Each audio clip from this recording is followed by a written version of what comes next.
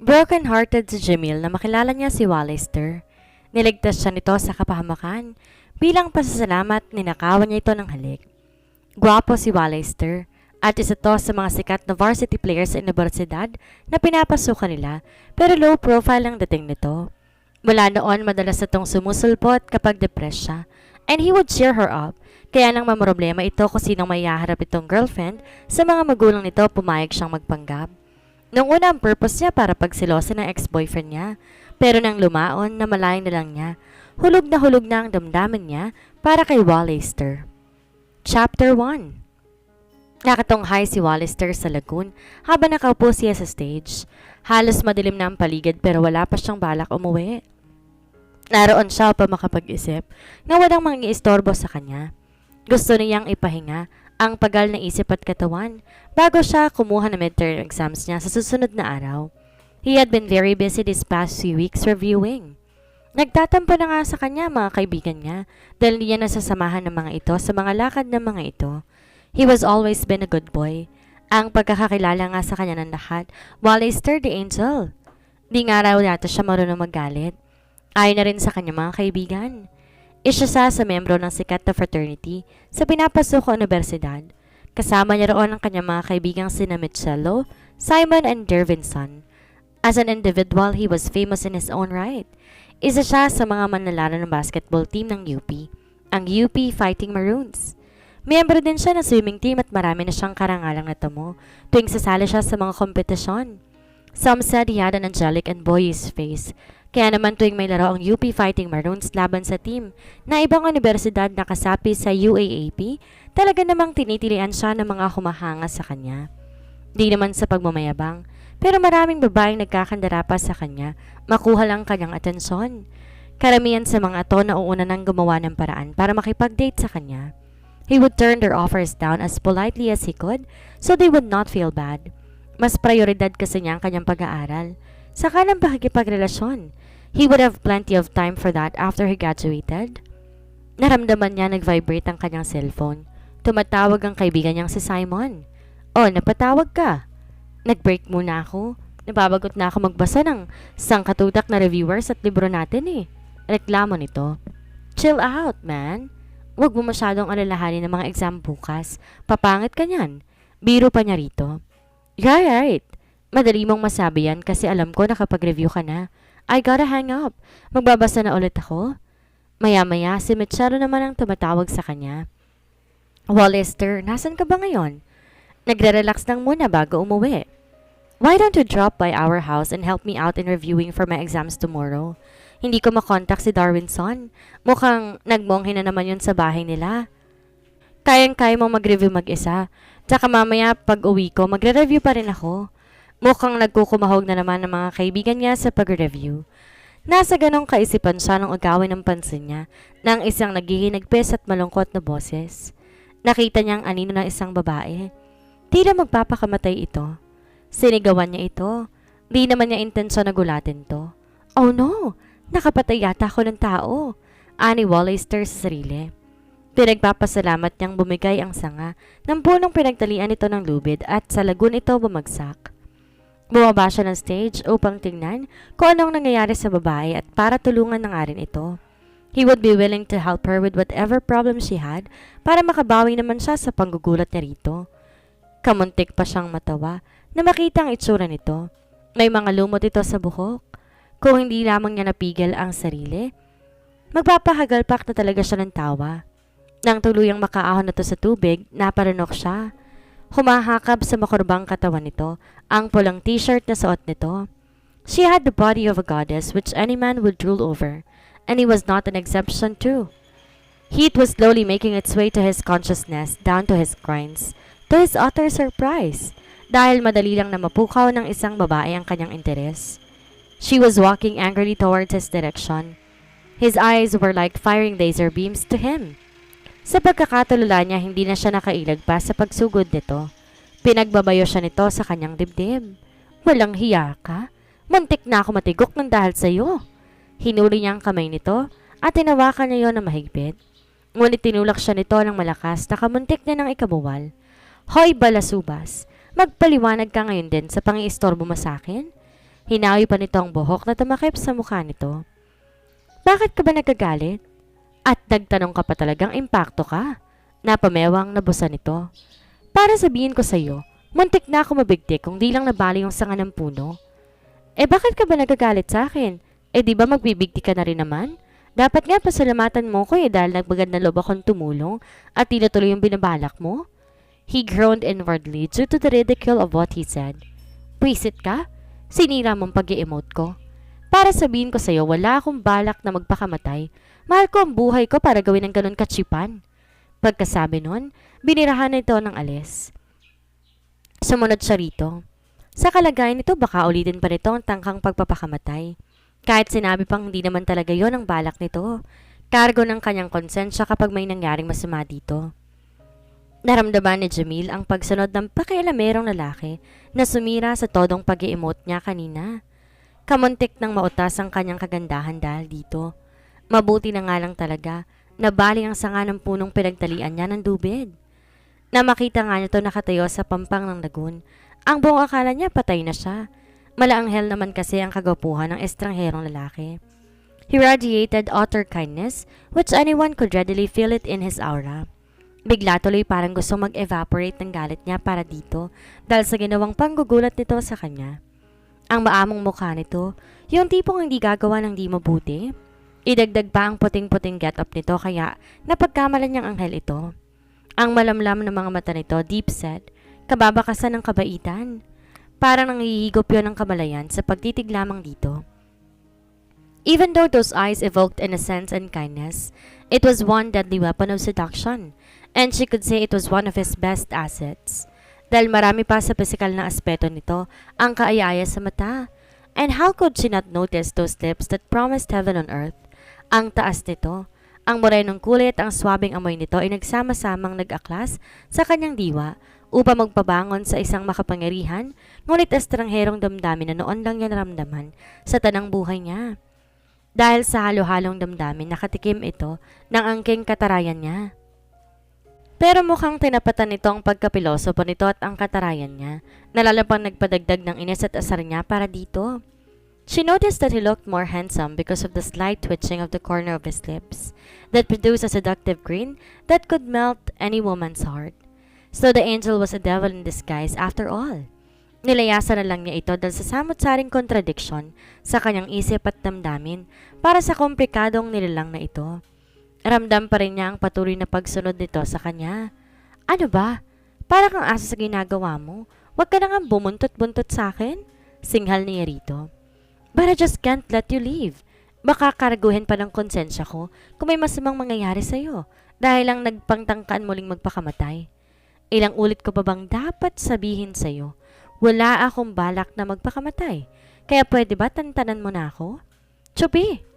I don't believe you. He said sounding so unconvinced. Lalo pa niyang nilakayan ang kanyang mga hakbang para makalayo kagad sa antipatikong to. Hanggang sa may University Avenue sinundan siya nito.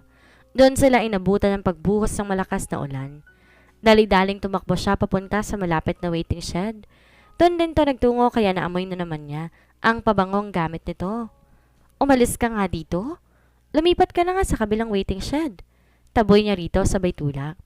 Pero para siyang nagtulak ng pader dahil mukhang di man lang nantinag ang maskuladong katawan nito. Ano ka ba naman? Nasa kabilang kalsada pa yung waiting shed na sinasabi mo. Ayoko nga tumawid doon. Tsaka kita mo lakas-lakas ng ulan? Reklamo naman ito. Basta umalis ka rito. Ayoko nandito ka kasama ko. Malas ka sa buhay. Kanina muntik na ako mabigti. Ngayon naman inabutan ako ng ulan. Baka ano pang kamalasan ang abutin ko sa pagtuloy mong pagdikit sa akin eh. Ayokong lumapat doon. Kagagaling ko lang sa pagpapractice ng basketball. Ayokong mapasma. Kung gusto mo, ikaw na lang lumipat doon. Kung ayaw mo akong kasama. Suggestion nito. Ang bruhong to. Ang galing mo mag-suggest. Sikmat niya rito. Mukha ka para mang anghel, pero ang sama pala ng ugali mo. Aniya at saka inirapan ito. Look, miss. Sinabi ko na sa iyo ang dahilan kanina na wala akong intensyon na gulatin ka. Kaya kita sinigawan para mapigilan ka sa gagawin mong pagpapakamatay. Nagmamalasakit lang ako sa kapakanan mo. Kung di lang ako nag-aalalang baka magtangka ka magpakamatay uli. Kaya ako sumunod sa iyo, I wouldn't be caught in like this rain.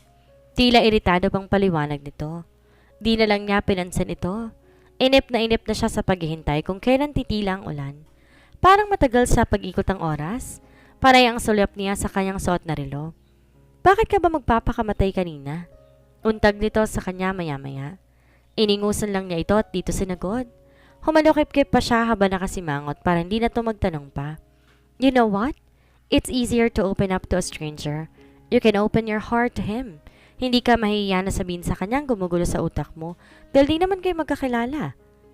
Shut up, I'm not talking to you. Sa gilid ng kanyang mga mata, nakita niya ang pagkibit balikat nito. Umihip ang malakas na hangin. Lalo pang lumakas ang buhos ng ulan. Lalong sumasama ang lagay ng panahon. Niyakap niya ang kanyang sarili dahil sa lamig. Pinagkiskis na lang niya ang kanyang mga palad sa kanyang mga braso para maibsan ang lamig na kanyang nadarama na sumisigid sa kanyang buto. Here, take this. Iniabot nito sa kanya ang jacket na suot nito. Kung kanina napanunok siya dahil sa kagapuhan nito, ngayon halos lumawa ang mga mata niya sa magandang pangangatawan nito. Under his jacket, he was wearing a white jersey. Parang isang modelo dahil sa ganda ng pangangatawan nito. Tila alaga yun sa ehersisyo at sa paglalaro ng basketball. Aminado siya, mas gwapo pa to kaysa kay Nelson Mark. Pero magbibigti na lang uli siya kaysa ipahalata niya ang kanyang paghanga dito. Ayokong isuot yan. Baka mamaya may putok ka pa, mahawa pa ako sa'yo. Ngunit siya na rin ang sumansala sa kanyang sinabi. Kahit pawisan siguro to, hindi naman to magmumukhang mabaho. Kahit siguro magsuot to ng gulagulanit at maruming damit, hindi pa rin to papasa bilang pulubi. Muli na namang umihip ang malamig na hangin. She shivered, her teeth chattered. Panay ang pagkiskis niya ng kanyang kamay sa braso. Damn it, lady, just take it. Tila nauubusan na ng pasensyang sabi nito. Nang di pa rin niya yun kinuha, pinataw nito ang jacket sa kanyang balikat. Ewan niya kung dahil ba sa galit na tinig ito o dahil sa matinding ginaw na hindi niya yata kakayanin kaya't sinuot niya ang jacket. Na-touch naman siya sa concern nito. Kahit di siya kilala nito at tinaray-tarayan niya ito, nagmagandang loob ito. You can take off your clothes before you put it on because you might get... Hoy bastos, ang kapal ng mukha mo? Kaya pala pinahiram yung jacket sa kanya. Gusto siyang makitang hubad sa harapan nito? Ang kapal talaga ng face. May pagkamanyak pala yata tong isang to eh. Hey, bago ka mag-isip na masama, makinig ka muna sa akin. He said in an authoritative voice that faced her. Kaya ako pinahuhubad ang gamit mo. Kaya ginawin ka pa rin. Kahit naisot mo pa yung jacket dahil basa nga yung damit mo. Wala akong masamang intensyon sa sinabi ko kanina. Doon ka magbihis sa may banda ron. Anito, sabay turo sa bandang likuran ng waiting shed na medyo may kadiliman. Habang nagbibihis ka, dito lang ako. Promise, I won't look. Tinaas pa nito ang kanang kamay. Parang gusto niyang mapahiya dahil sa kakalikutan ng kanyang imahinasyon. Tinungo pa ang likurang bahagi ng waiting shed. Mabilis sinubad niya ang basang damit niya at mabilis sinuot ang jacket na inibot nito sa kanya. Nang maisuot niya ang jacket nito, di na niya alintana ang lamig ng kapaligiran. Niyayapos na kasi siya ng init at ng mabangong amoy nito roon. Nanunuot sa ilong niya ang mabangong amoy ng mamahaling cologne nito. Nang maisuot niyang jacket, di niya alintana ang lamig. Niyayapos siya ng init at dulot ng jacket, pati na rin ang init ng katawan ng gwapong may-ari noon. Napagkit ang mabangong amoy nito. Nanuot sa ilong ang mabangong amoy ng mamahaling cologne nito. His mild scent was heavenly. Parang gusto niyang maniwalang he was an angel incarnate. Na ito ang guardian angel na pinadala ng Diyos para bantayan siya. She never thought guardian angels were hunkily yummy. Napangiti na lang siya sa kanyang naisip. Nang silipin niya ito, nakatalikod pa rin to. Walang senyales na nanubok to habang nagbibihis siya. Gentleman, ha? Sa loob-loob niya. Oh, tapos ka na palang magbihis. Anito nang bumalik siya sa dating pwesto. Salamat ha. Nahihiyang sabi niya rito. He smiled at her. Walang anuman yon. So, can we be friends? Nilahad nito ang kanang kamay nito sa kanya. Kiming inabot niyon bilang tanda ng pagtanggap niya sa pakikipagkaibigan nito. His hands was warm. It was as if warmth was channeled to her. Dumali yon sa bawat himaymay ng kanyang kalamnan. Bigla tuloy nabawi niya ang kanyang kamay na para siyang napaso. Are you okay? Nagtatakang tanong nito. Tumango siya. Okay lang ako. By the way, my name is Wallister. What's yours? I'm Jamil. Nice naman. Thanks, you got a nice name too. Muling tumingin siya sa malakas na buhos ng ulan. Sigurado ilang oras pa, buhana, at mahirap na sumakay pa uwi. Natitiyak niya aabutin siya ng kalbaryo sa pakikipagbalyahan para sumakay ng jeep. Ilang sandali ang mamagitan sa kanilang katahimikan. Pinapakiramdaman lamang niya ito. Her senses were too sensitive to the sinfully attractive guy beside her. Baka ikaw naman ang giniginaw. Huwag mo akong alalahanin. Nagkibit balikat to. So would you care to tell me kung ano ang problema mo at gusto mong magpakamatay kanina? Nangaiengganyo ang tinig na tanong nito. Ewan niya kung anong kabaliwan ang naisip niya para ipagtapat dito ang kanyang suliranin. Mataman namang nakatitig to sa kadramahang kinukwento niya. Ginanahan tuloy siya na magpatuloy. Know what? You don't deserve him. Find another man. Maraming lalaki dyan na maaari mong ipalit sa kanya. Payo pa nito. Pwedeng ikaw na lang pumalit sa kanya? Anas niya. Anong sabi mo? Ah, wala. Ang sabi ko, kailan kaya titigil ang ulan? Hindi ito umimik, pagkos may dinukot ito sa kanyang bulsa. Ng jogging pants. May tinawagan sa cellphone ito. Baka girlfriend niya ang tinatawagan niya. Ani niya sa sarili. Ngunit bakit gano'n na lamang ang pagdaskol ng panghihinayang sa dibdib niya? Parang may dumagang mabigat na bagay sa puso niya. Maghintay lang tayo at may susundo sa atin. Anito nang ibulsa na ang cellphone. Nagtataka man, sinabi niya na di na lang siya umimik. Kalahating oras ang lumipas nang may pumaradang puting kotse sa harap ng sinisilungan nilang waiting shed. Mukhang big time tong isang tuwa. Namamanghang wika niya sa sarili. Maganda at mukhang mamahalin ng kotse. Nag-aatubili pa nga siyang sumakay pero pinili siya nito. Magpapahatid na lamang siya rito sa sasakyan papunta sa kanila. May inabot ang driver isang plastic at may logo na isang mamahaling brand ng damit panlalaki. May lamang t-shirt iyon. Nagpasintabi ito sa kanya na magpapalit ng damit. Nang tumambad nga sa kanya ang kahobdan nito, tiyan napigilan ng kanyang sarili ikumpara ito kay Oblation. Maganda ang pangangatawan nito. Parang gusto niyang damhin yon. She also caught a glimpse of the fine line, hair, from his navel that trailed down to the garter of his lower garment. And God knows where it would end. Sa pagtitig niya ay kaaya-ayang kabuuan itong naghatid niyon ng kakaibang damdamin sa kanyang puso. Attraction perhaps? Nagtaka siya nung huminto ang kanilang sasakyan sa tapat ng isang mamahaling restaurant. Kumain na muna tayo bago kita hatid sa inyo. On ordinary circumstances, she knew she couldn't afford to dine in that kind of restaurant. Halata kasing mayayaman lang kumakain doon. Marami itong in-order na pagkain para sa kanilang dalawa. Sa amoy pa lang ng mga pagkain inihain ng waiter, tiyak niyang masarap ang mga iyon. Biglang kumalamang kanyang tiyan, kaya't gustuhin man niyang magpa-impress dito, hindi niya nagawa. Malakas talaga siyang kumain, lalo pa nga't gutom na siya. Total, huli na lang pagkikita iyon. Susulitin na lang niya ang pagkakataong iyon, pati na ang pagkakataong makakain siya sa sosyal na restaurant. Pagkatapos silang kumain, nag-alok pa siya, nayahatid siya sa pag-uwi. Hindi siya pumayag. Kahit gusto pa niya na makasama ito. Baka kasi kursunodahin pa ito ng tambay sa lugar nila.